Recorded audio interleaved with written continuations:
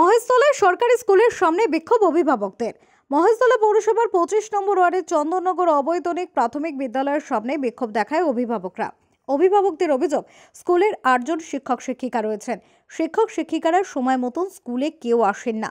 মাস্টারমশাই সরকার যে নতুন নিয়ম করেছে 10টা 40-এর মধ্যে মাস্টারমশাইদের বিদ্যালয়ে উপস্থিত থাকতে হবে।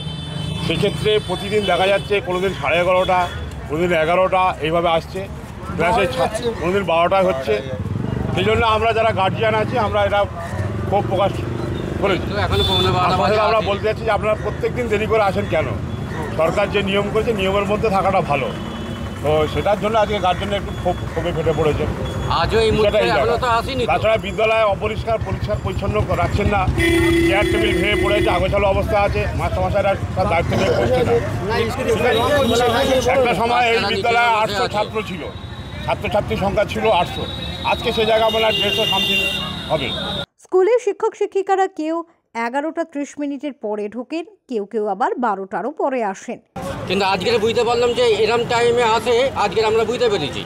এর আগে এনে আমরা বিক্ষোভ দেখতে ছিল, মাস্টারদের সঙ্গে আলোচনা করেছি, বললে 11টার মধ্যে ঢুকে যাবো। তারপরে আমরা আমাদের যেটা ব্যস্ত থাকি, স্কুলে কি হচ্ছে সবসময় তো লক্ষ্য রাখা সম্ভব না, বাচ্চাদের দিয়ে চলে যাই। আজও দেখছি ওরকম পজিশনে আছে, যার কারণে আমরা বিক্ষোভ দেখাচ্ছি। হ্যাঁ, দীর্ঘদিন ধরে এরকম আছে। আজকে লক্ষ্য রাখা হয়েছে বলে আমরা ধরতে পেরেছি। এর আগে একবার লক্ষ্য করা হয়েছে, ধরা হয়েছে। সবসময় তো আমরা লক্ষ্য করবো না, বাচ্চাদের দেবো, আমরা চলে যাবো। সবসময় তো লক্ষ্য করা সম্ভব না, এই নিয়ে আমরা বিক্ষোভ জানাচ্ছি। শুক্রবার অভিভাবকরা দীর্ঘক্ষণ স্কুলের সামনে বিক্ষোভ দেখান। স্কুলের সামনে প্রায় কয়েকশো অভিভাবক বিক্ষোভ দেখান এদিন। মহেশতলা থেকে সঞ্জয় মাঝির রিপোর্ট, ওঙ্কার বাংলা।